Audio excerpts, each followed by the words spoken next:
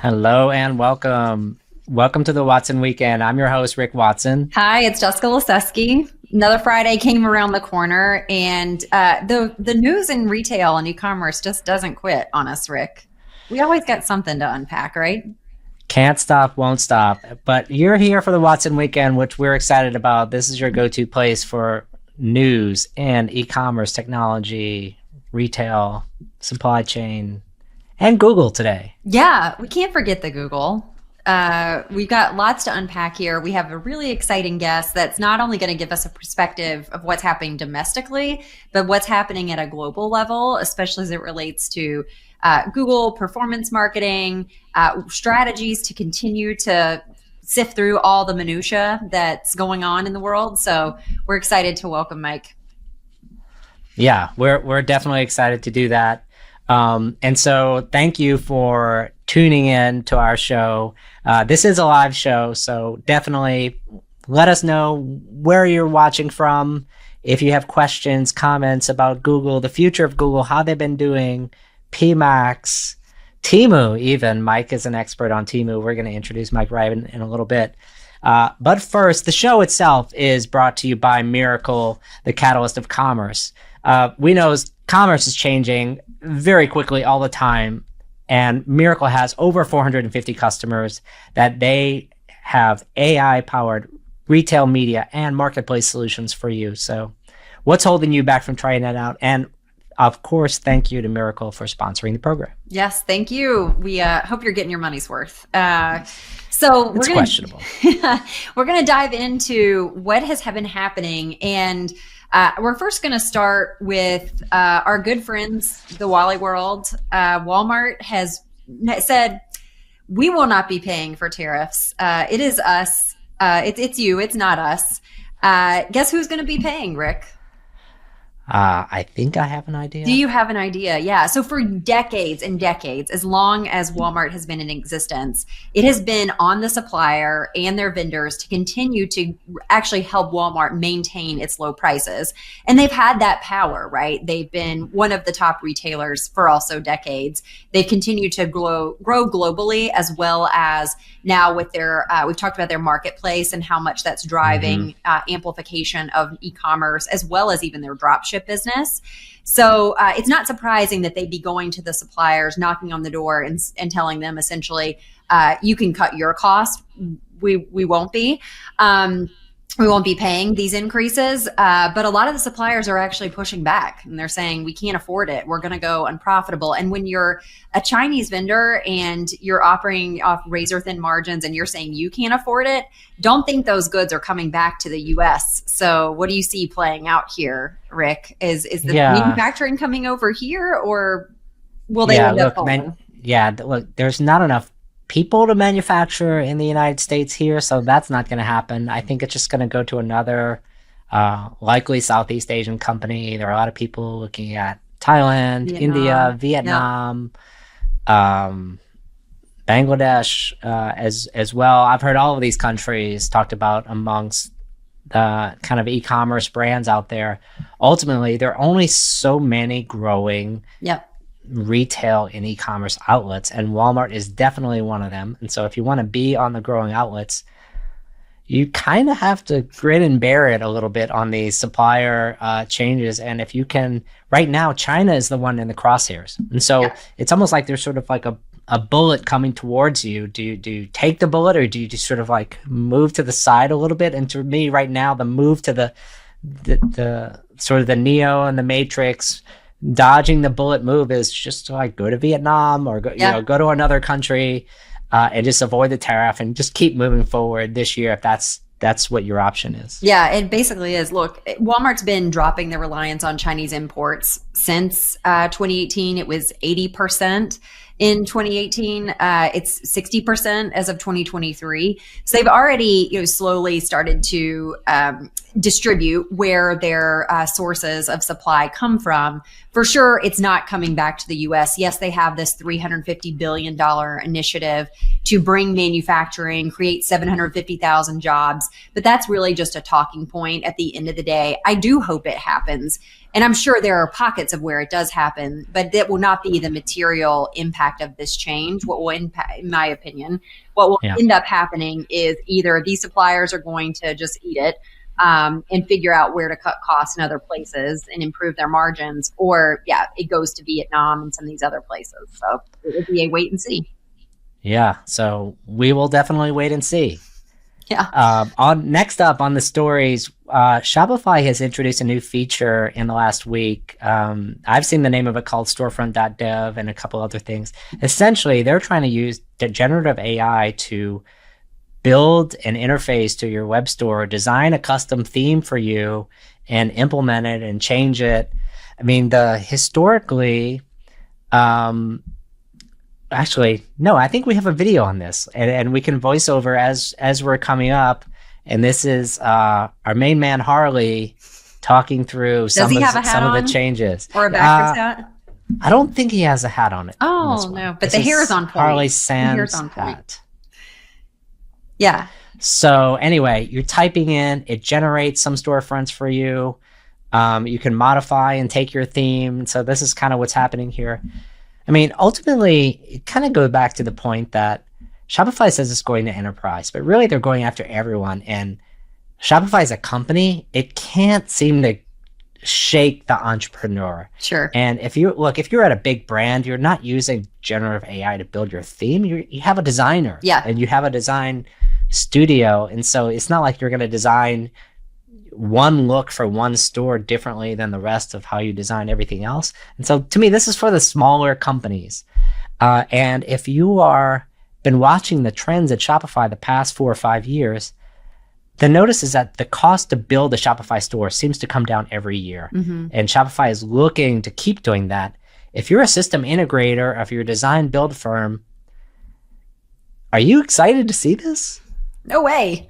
But this also goes back to, if you are an agency and you get so much of your business from Shopify, they are not beholden to you. They'll continue to find ways to cut it out. And it's not necessarily because they don't care or they have some vendetta here. I just think that their goal is to keep making it easier and easier on the merchants to stay within their ecosystem, keep solving the problems that they feel like they can inherently solve. And it is interesting to think about who ultimately this feature is for. You're right, Rick. It's not for the enterprise. It's not for, their Mr. Beast of the world. No. But, for I see what you did there. You see what I did there? I love it. But, this is ultimately for those entrepreneurs, which, I think that's the soft spot in the Har's heart. I just think he loves it and loves to talk about it, which is wonderful. It helps the world go around. Let's get new businesses in the mix. No, that's great. No, so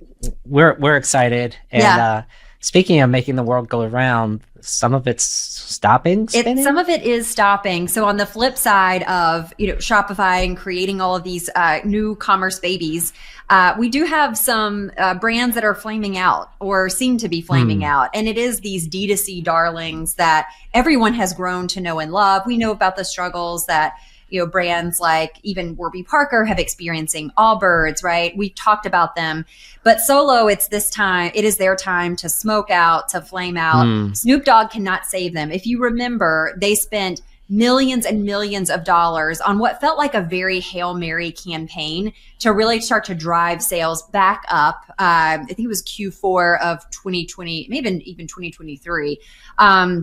What is time now? But essentially, it didn't work. I think their CMO was let go. Now their CEO is exiting. Speaking of who was on your bingo card for another CEO turnover, I don't know that I had the Solo Stove CEO on mine. I don't know if you did, Rick. Did not. But they did get this non-compliance notice from the New York Stock Exchange that basically said they've got 6 months to clean it up. And they can get back in the mix. It'll be interesting to see, is someone going to come in and take them private? Can they get out of this, delisting risk? It remains to be seen, but this might also be a signal for other D2C brands that have been struggling that I don't think that this is the year of roses, sunshine, and rainbows. Yeah, I mean, it seems like a trend with D2C brands that don't have broader distribution. I mean, if you kind of go back to Bonobos, Allbirds has struggled, Solo now. is it just that these products sort of caught a moment? You know, we had Nick Kaplan talk recently with us. There's only so many ways to attack a market. Yeah. And one of them is to catch a fad. And so the question is, for this brand is like, was Solo always a fad? And should they have been worried from day one? They could have been. You know, look, they really hit I think that boom moment, like many brands during COVID, and people were stuck at home, and, you know, you may not have had like a beautiful fire pit area. And so they had this really easy packable thing that you could either throw out in your backyard, and felt more safe. It felt less risk to like just dig a hole in your yard and like start throwing some wood in there and build your own fire. Is that what you did, Jess? Yeah. You know, look, times were tough, Rick. Times were tough. You know, or it was felt more safe, contained, like fun, stylish, I guess. So yeah, I do think that they had a moment. Like many things, sourdough bread making went by the wayside. Maybe hanging out like by yourself in front of your Solo fire pit went by the wayside. Kind of remains to be seen. And there's other competition out there that's probably less expensive. So they're not Yeti, let's say. Yeti's still going strong. Stanley's still going strong. But we'll see if Solo can actually turn this around. Yeah, no, that's great. Turning around, bright eyes. But we're talking about 2025. Now we're getting into the first few months of a new administration, a new year. There are a lot of new policies, and it seems to be whipsawing the market a little bit, such that you see like day stock market is up, next day stock market is down. Retail CEO comes on stage saying, "Oh, we're going to be doing great." By the way, this was Walmart, who can push all their costs back on their suppliers. Right. On the other hand, Target is like, whoops, consumer, you're going to have to take this because Target has historically had higher margins to work with than Walmart. And Walmart has sort of the everyday low price thing going on. But that means if Target is going to maintain its market margins there, then they will have to pass some of that on to the consumer.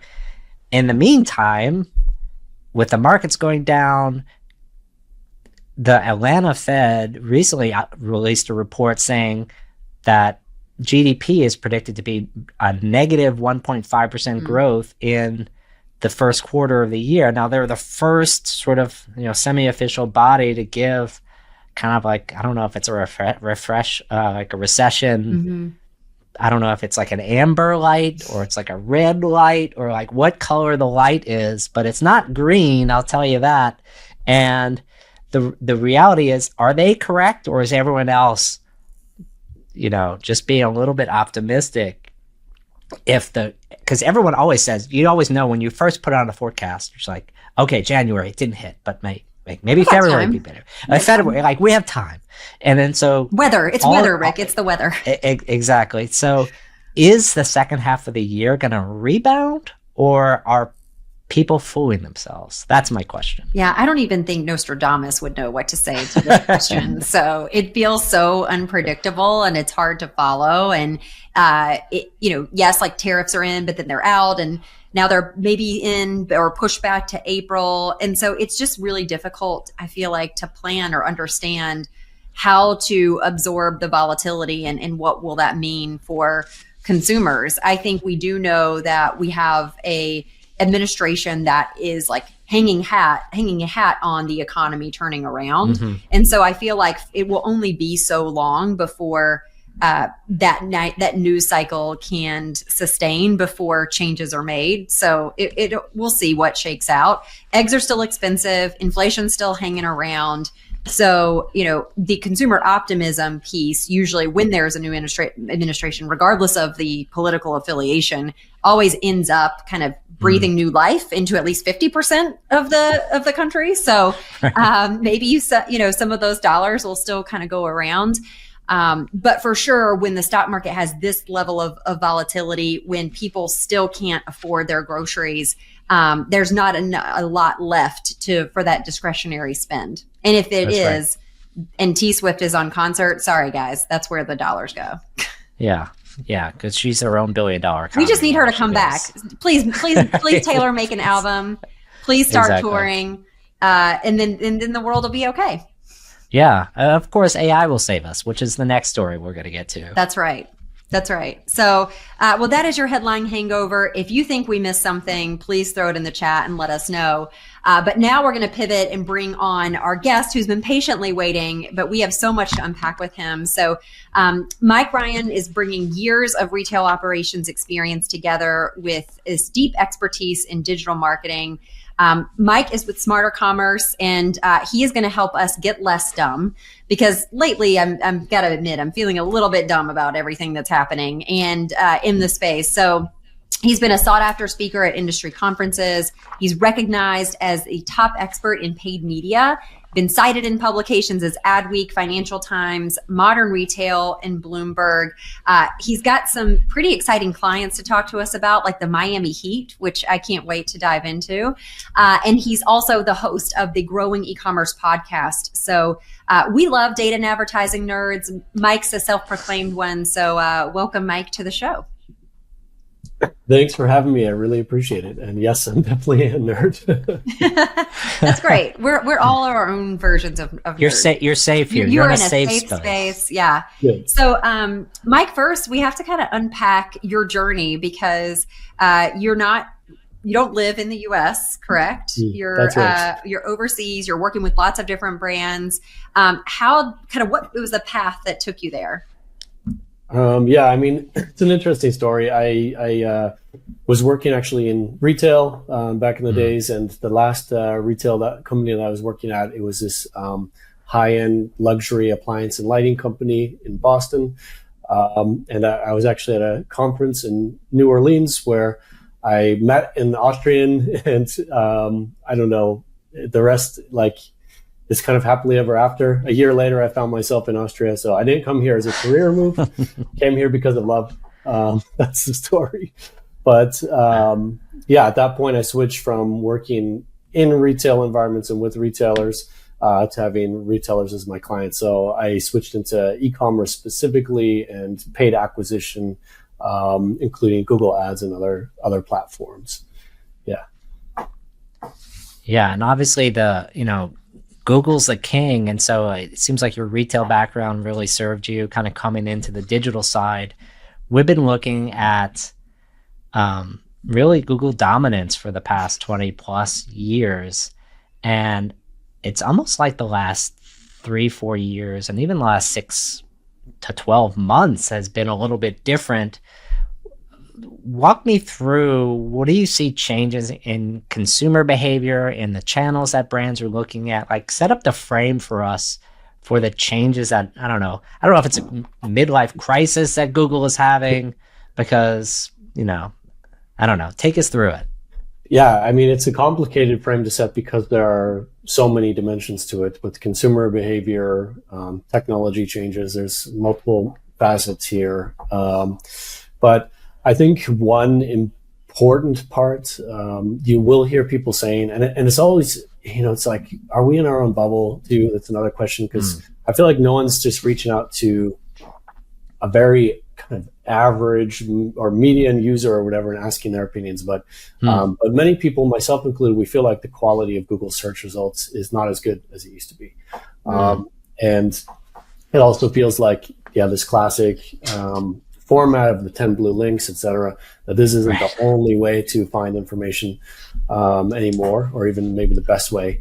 And so, Reddit has been having a moment. That's been a part of this. TikTok search has become meaningful. People are just, really looking at other avenues and channels for consuming information. Of course, the part that's relevant to Google, it's very important that they serve these informational queries and that they have that kind of share of mind and that behavior. But the important part to them are these commercial queries, where there's commercial intent that they can monetize. The rest is all just kind of filler in a way. Yeah, exactly. And their Amazon has been in the story for years in terms of taking over product search, and so there are multiple angles there to consider. I mean, the elephant. Yeah, it seems. Sorry. Yeah. I mean, it seems like, obviously Amazon has been taking share of retail for search for quite some time, and Amazon in the last 2 months has recently announced they're going to go beyond just the Amazon listings in their search, and they haven't rolled that out yet. And it almost is like ChatGPT came along and it's just sort of this perfect storm for Google. It's like everyone's coming for their franchise almost at the same time.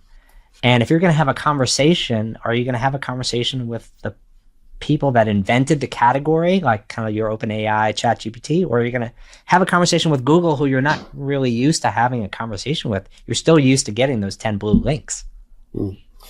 Yeah, I think that they need to change the way that people think about them. Like when people think of generative AI and of chat models, like people think generally of ChatGPT first, and Gemini is somewhere on like the nerd list. Gemini is a rather nerdy thing. This week, though, Google started rolling out AI mode, which is in their Google search property, really directly in there, and that is a much more chat-like feature. And I think the name is AI mode. I don't know if they'll stick with that, but I hope not, for their sake. Yeah, they started with Bard. That was a big miss, if you ask me. Huge. Gemini. Yeah. I mean, Gemini. I still always think it's a little better. I guess. Yeah, it's a step up. It is like. None of these products are named well, though. I mean, Perplexity is a terrible name. It's not a mass consumer product name. It's not. It sounds confusing. It sounds like am I getting perplexed using it, or are you going to help me be less perplexed? What's the thing?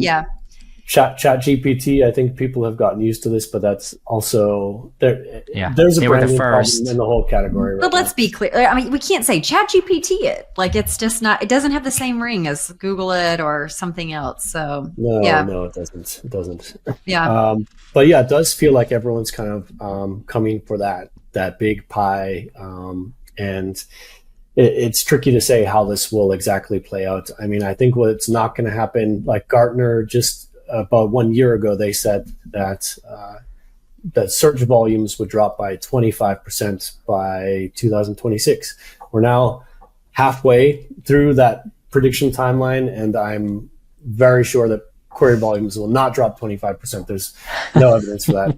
And in fact, Google just released updated query volume numbers this week, and for the first time since 2016, so almost a decade. And they're processing 5 trillion queries annually, and everything looks pretty healthy there, actually. Yeah, it does. It's almost like they're trying to respond to the criticism, almost. For sure. Yeah, but query volume. Oh, sorry. Yes, Jess. Yeah, no, I was just going to say, it does take time to change consumer behavior, right? And there's a reason why Google keeps shelling out billions of dollars to Apple to remain the default on Safari, right? Because it's not like ChatGPT is an app. It's not like it's a browser I'm lighting up on mobile or things like that. So it's not truly embedded in a daily life for a majority of consumers. And so, yeah, like there's going to be some portion of those early adopters where they're going to lose share to Google. But I'm curious to, like, you're going down a path, I think, of like what you do see, trends. Are you starting to see pockets of volume fall off in certain areas beyond just what you see products and Amazon? But what's that next layer that Google could be at risk of losing, where they're able to monetize today and they can't, or they'll start to monetize less of it? Not seeing such a huge impact at this point, and I think that it's partly that it's not.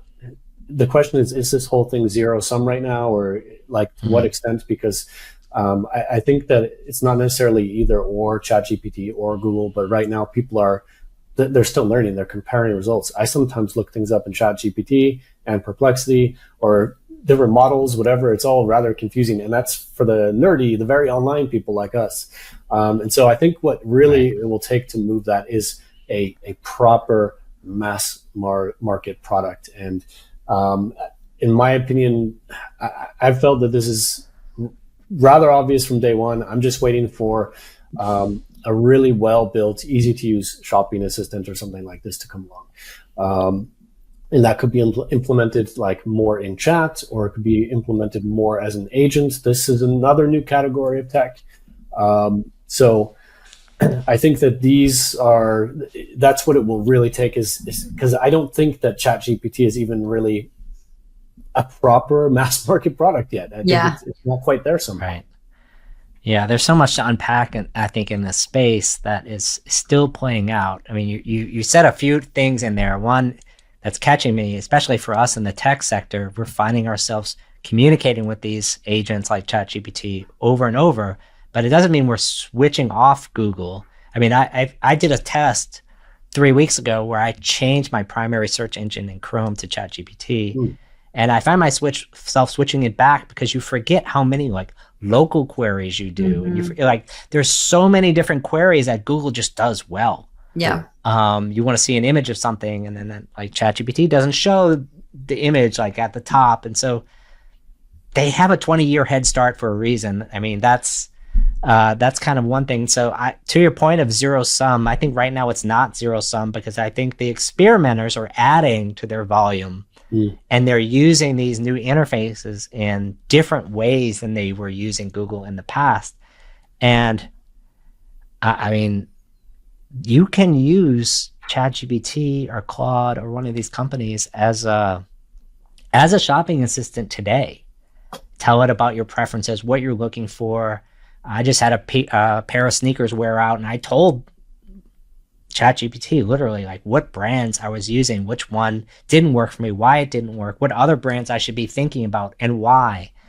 And it gave me pretty good answers. And so I think that kind of consideration phase, to me, that's something to watch, because I think that's a phase that's not served very well by the 10 blue links, because ultimately, where are they going to go? They're going to Reddit, because you're trying to, why are they going to Reddit? Because you're trying to find authentic humans, real humans talking about it. You're not trying to find like freaking blogs that are paid for by somebody. And that, I think that's Google's problem. Yeah. Yeah, exactly. The affiliates, the search engine optimization. I see we're sharing screen here, and this is an example of what AI mode looks like, by the way, in case anyone's wondering. And I've never turned this on. I didn't even know this existed. Oh, it's quite new. It's quite new. So that's not you. This is how it will look, and you can really enter into then a chat or a conversation, ask follow-up questions, etc. You'll see. So this is, you go, like, back me up. Like, you go to the homepage of Google. How do you enter AI mode? Yeah, I mean, do I put on glasses or something? Yeah, first you need to activate. You need a special invitation. Exactly. I think right now it is you have to be opted into like the search labs and stuff. I'd have to double check. Okay. So it's not like this is just switched on for everyone quite yet, but you see these tabs up at the top of shopping, like at the top of search, like shopping, news, etc., and you've got your AI mode toggle up there. And then you've entered a very ChatGPT-like experience. And there are still on the right-hand column, there are these room for outbound links to publishers. And the question is, will you click through to publishers anymore? I don't know. I mean, there could be room for ads here. There could also be room for product placements, et cetera. There's plenty of options at this point. But it's very much an answer to ChatGPT. And I think it's a reluctant move for Google. Like they were, if you think back on comments 1-2 years ago, they were very insistent that chat and search are different things. And I think that's true and that's clear, but they are starting to integrate them and put them side by side more. No, that makes sense. So staying on Google, and I think it's always been fairly obvious that Google is going to look out for Google at the end of the day. They're going to get theirs, make their money. They used to at least like hide it a little bit, and they'd try to somewhat be helpful. And they even had a slogan, Jess, "Do no evil." That's right. Exactly. When's the last time you heard that? I think that's like buried underneath the like Mountain View campus somewhere. It just like died. Along with good search results. Haha, I'm just kidding. But yeah, basically the whole spirit was like, they want to help make you successful, and ultimately you get traffic, and they want to be the destination where you spend your time, and that's why they've aggregated all of these properties. And so you treat it like a platform where you're optimizing your ads, YouTube, Gmail, but of course at the end of the day it's your SEM links within Google that really end up paying the bills and driving the traffic. They've kept evolving their products, Performance Max being one of them. But it does feel like a lot of their recommendations have kind of taken the transparency out and put more of the black box in. Do you feel like that's a true statement? And then if so, like, how are you kind of helping navigate around it? I mean, it's definitely a true statement, and I think it's a kind of a matter of what we do with it. Like, I don't blame Google for being a for-profit company, and when it comes to this black box stuff, like, we have to remember there are different ways in which something can be a black box. Sometimes it's a consequence of technology. Like, AI has broadly an understandability problem. It's hard to understand or an explainability problem. And that's kind of inherently a black box, but it comes with these benefits. So it's kind of a trade-off. Right. And that's something that I don't think we can really blame them for, but there are other things where they are deliberately, withdrawing information, concealing information. So it's like a strategic black box, and that's something different. So talk to me about the strategy. I mean, remembering back in the day, you sign up for an AdWords account, you design your little, your text, where, what keywords you're going to go on. It seems like we're far from that world. And so talk me through the, where Google started with like AdWords into now PMAX in the last 2 years. What is it now? Who is it designed for? And does it help you spend more money? Does it help you spend less money? Like, where is this going? I think it helps you spend more money. But yeah, I mean, so exactly, Google started the hallmark of Google advertising was the keyword, and it was called Google AdWords. And they rebranded several years ago now to Google Ads. So that was a sign of things to come. And they've moved toward broad match. And in general, like, from a feature and an AI perspective and everything that they're doing, they're trying to knock down walls everywhere that they can within the platform. And there's different reasons why. From like a sort of a technology standpoint, this creates a very liquid environment for their models to operate in, like in terms of targeting and stuff like that. Like, rather than you having all kinds of modifiers on audiences and very specific keyword targeting and everything very specific, granular, dialed down, people were creating these very segmented or partitioned campaigns and accounts.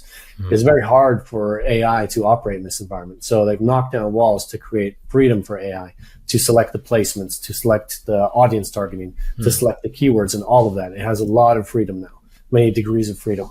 On the other hand, they're also like knocking down walls between their properties. This is very important to what PMAX is and what PMAX does. PMAX is this kind of unified buying service across all of Google Ads. So YouTube is in there, Gmail is in there, search and shopping are in there, Google Display Network is in there. Everything is in there. And they've also knocked down walls in between their user policies, their terms of services and stuff like this, so that they can share data from YouTube and your search history, so that targeting can have a lot more signals, and they can build this very rich audience graph. And so this does create a system that is very performant. That's a benefit of that. But for advertisers, these different placements like YouTube versus search versus shopping, these might have different strategies for you. They might serve different roles within your funnel, or how you want to reach. That was a strategic element for you. Steering these channels individually, it was meaningful. So I think that's where some criticism comes of that. And they don't tell you very much about where your ads are serving, or what the performance of different placements is, because they don't. They're pretty open about it. It's kind of like putting blinders on a horse. They don't want to agitate you. Are the horse just? So that's an interesting analogy. We are the horse. Who's the horse in this analogy? Is the horse the brand marketer? Yes, the brand marketer is a horse, and they don't want to spook the horse. So That's the thing. So too much direction is you're saying is a bad thing in this situation? Well, just to elaborate on that, like you don't have very much control over your placement in PMAX, right? And so what they'll do, like for example, you can see your number of impressions in different display properties and stuff like that, but you can't know how much you spent there or the unit economics or the efficiency of that. You can't even know really if that placement was driving conversions or anything. You just know that you showed there, and that's it. Yeah, it's all about trust. Yeah, they give that. The only reason they report that is for brand safety, so that you can see like, okay, I don't want to show on this URL, and there have been scandals, even recently. So, but that's the why they do that. Yeah. Yeah. Well, Mike, you've worked with some really, really interesting brands, and for sure, I'd be interested to know if there's some things you feel like we could be learning from some of the experiences you've had globally that you don't see companies adopting here in the U.S. maybe as frequently, or just curious if there's something you've seen that you feel like, hey, this is just a big missed opportunity. I don't know why more brands aren't doing this here. Mm-hmm. Well, I mean, I think it's easy to try to just walk away from this technology or to throw your hands up and say there's nothing I can do with it. I don't recommend either of those things, because even though we wouldn't design this product this way ourselves, first off, the product is improving. Google has been making improvements to it. They've been listening to feedback and acting on it. It's a compromise. It has to work for them. But also, we're seeing these PMAX-like campaigns come to every single digital marketing platform. So this is the direction of travel. And I think whether we like it or not, I think it's good to get acclimated and to get familiar with it. And in terms of what you can do about this or how you can use it better, what I find, if we think of a black box, there's an input and an output, and we don't know exactly what happened in between. But that doesn't mean that you can't do something. You can optimize your inputs, and you can learn from your outputs to then optimize your inputs again. You can create this kind of virtuous circle there. And so this is the main advice that I have for working with a campaign type like PMAX, is to feed it good data. And like PMAX, the performance looks great in platform, and then the question is, does it also look good on the back end in your company? One thing that you can do, for example, you can feed information about your sell-through rates or information about your detailed stock levels, like your core sizing and let's say, or like your popular colors, different things like this, because Google has a lot of information about the audience and the user in particular in that moment. They also have some generalized knowledge about products, and they'll know how your price compares to other prices in an auction, but they don't know any of that other stuff that is off channel. And so you have to make the algorithm smarter, because the algorithm can't care about your proprietary brand compared to a vendor brand. There's probably more demand for the vendor brand. It's probably going to convert better. So they're probably going to sell that. But your house brand is going to have higher margins and is more important to you. So this is an example of how you can steer Google's algorithms to advertise a bit more effectively for your business. It seems to me as Google gets, I won't say simpler, there's like less like you can send it data and then it does its thing. It seems to me that has a big impact on the role of a digital marketing agency. I remember digital marketing agencies previously would look at your campaigns and like, oh, your campaigns are real structured all wrong. Yeah. You know, you're not dialed in enough. And now it seems to me, on one hand, part of the digital marketing agency's job just sort of went away.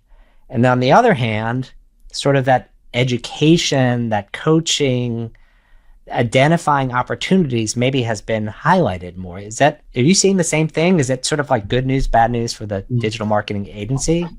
Yeah, I mean, I think that in some ways the work is less finicky and there's less knobs and dials and things like that. And it's true, in the past you could get better results by having a more granular build, which a lot of maintenance came with that. It's harder to analyze everything.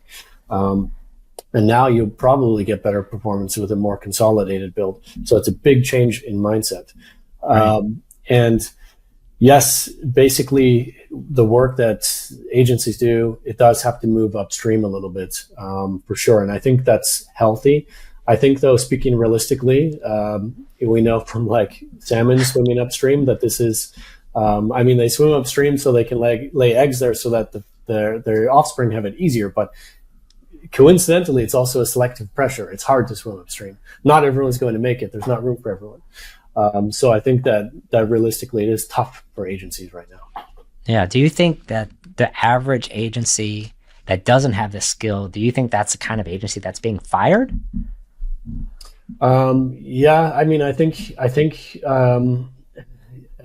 they need to prove their value over and above what an in-house team can do, and over and above what the platform can do. So if you're an agency, the platform that you operate on is your competitor, and your client is potentially a competitor as well. So yeah, that's why they need to be able to add value beyond those things.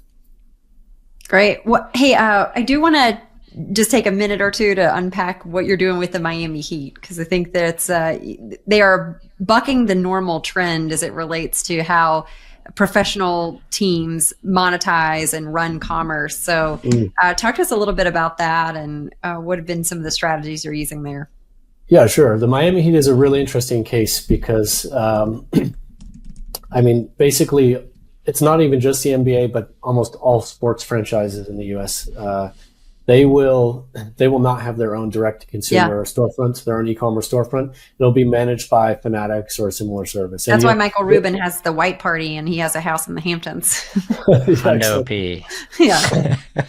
And like if you visit, I don't know, if you search up a team, you might see like it'll even say a Fanatics experience, something like that. Yeah, but that's not the case for the Miami Heat. They made this decision some years back, and just to explain a little bit about that, like what Miami realized is that they have this team recognition, of course, but also Miami is its own sort of a brand, and so they started making not just purely sports and player related, like team and player related gear, but also lifestyle gear, like beachy kind of stuff like that. They had this 80s Miami Vice kind of throwback stuff.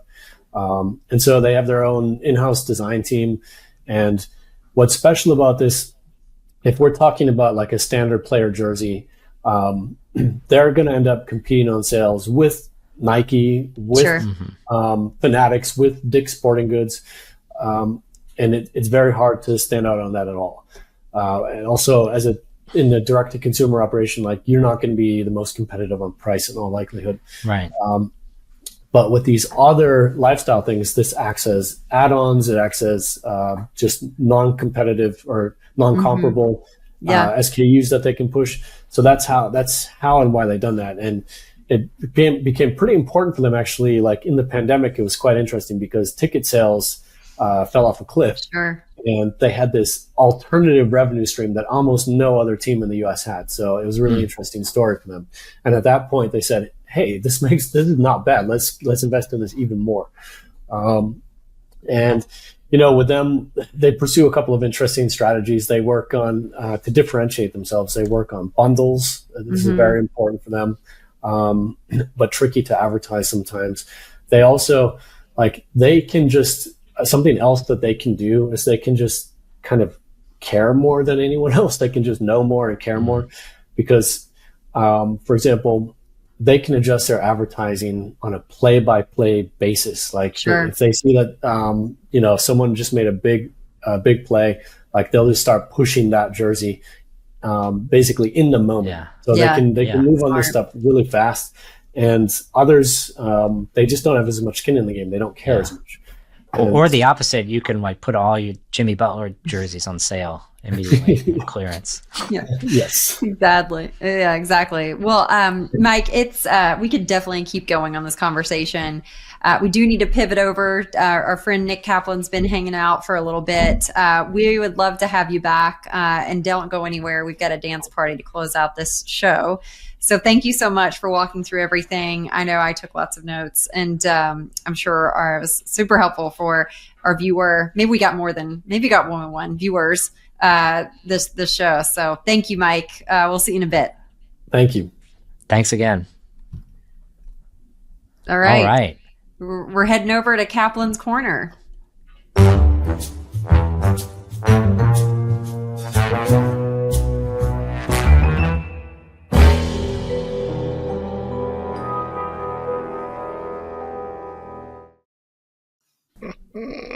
He's back. Here we go. I was really enthralled. I mean, as a guy that works with a couple agencies, one big, one small, on like the future of the world of like ads, it's some really incredible stuff that I don't think people are thinking about. But Did you fire your agency while you were waiting in the lobby? no, not at all. I was busy learning. I gotta listen and learn. If you ask my kids what are the two most important things in life, put them in separate rooms, they'll be like listening and thinking. So Mike is, I mean, it was hard for me to get past the hair. His hair is so dope, but but his words were even more dope. So, I mean, my hair. Like anyway, today I come to talk about efficiency a little bit. So, you guys are familiar with this little thing called Doge, the Department of Gutting Everything. This version of Doge was not launched as a fun meme-based coin, Shiba Inu. This version was launched to make government more efficient again.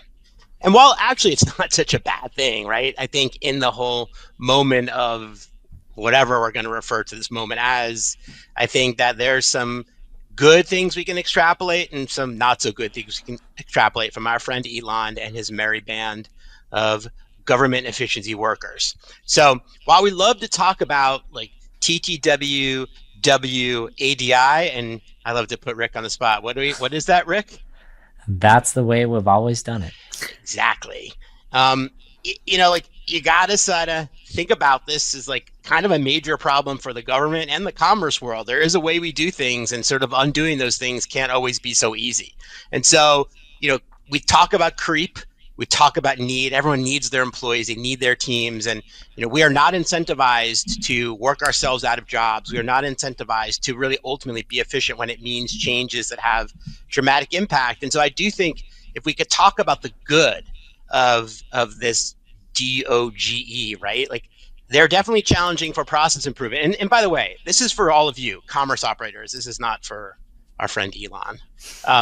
But how can you sort of think about this as an opportunity to sort of think about learnings, good and bad? And so first of all, improve process through technology, right? I think PMAX, we talked about it earlier on this call, a wonderful opportunity. I am a person that abhorred it to begin with and love it now and think it changes the game. And sure, it makes you spend a little bit more money, but guess what? It makes you spend money more efficiently, right? So like, I think that there's a good thing. Challenge through AI, we're on the cusp of something great. And so second, like there's a targeted reduction of redundancies, meaning like I imagine we have hundreds of departments in the government that do the same thing. We have departments inside of our companies that do the same thing.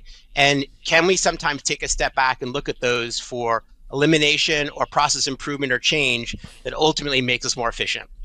I think like it isn't clear to the public, but there are clear objectives here, right? And there's a deadline. Do you know what the deadline is, guys? What deadline? There's a deadline. There's a deadline. No one told me about a deadline. The fun doesn't stop. Doge has a published deadline of July 4th, 2026. See? And like, look, you need to like not just enter into change or transformation, which you, by the way, should always have someone thinking about and just do it like, oh, we're going to just do this. Like, do it in a measured way. And I think the last good thing I can say is they're challenging the status quo. They're doing it in a really interesting way, but like they're challenging. Now, number two, neutral decision making. Like they're making decisions really quickly, and that's obviously like a good and a bad thing. And whether you're in distress or not, you always have to be decisive, but always do so thoughtfully.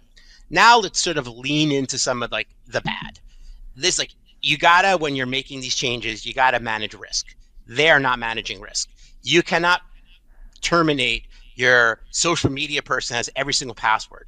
You cannot terminate the person that's curing cancer. It's just not a good idea.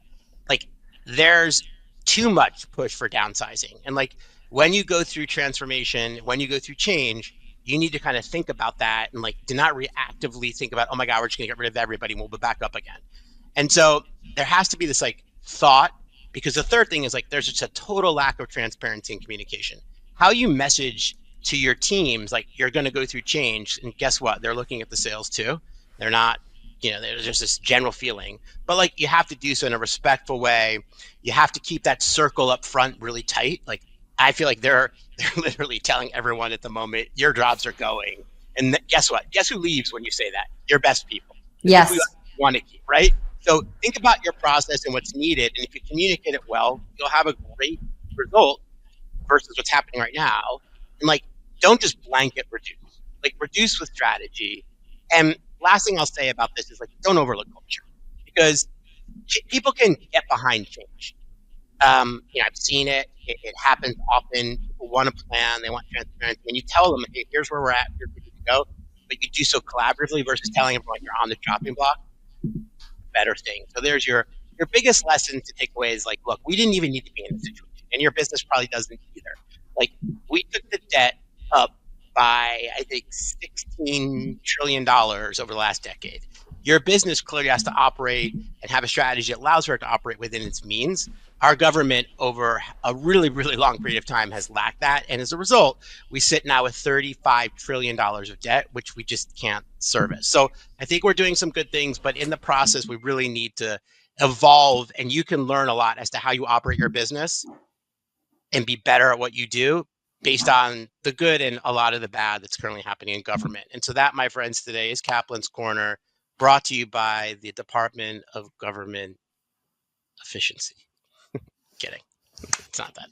So anyway, Jess, I covet so much the opportunity to always be back with you. And so I know. Greg had some difficulty. So I'm really excited at the moment, but I think we're gonna, Mike's coming back. Yeah, Mike's coming back. We got to see those moves. I'm sure he's got a lot cooler dances when he's, at the club. Well, he's got European inspiration. That's right. All right, Mike. So what we do here is we say our goodbyes, and then we just you got to like vibe it with us. Are you feeling a little like garden hose? Are you feeling?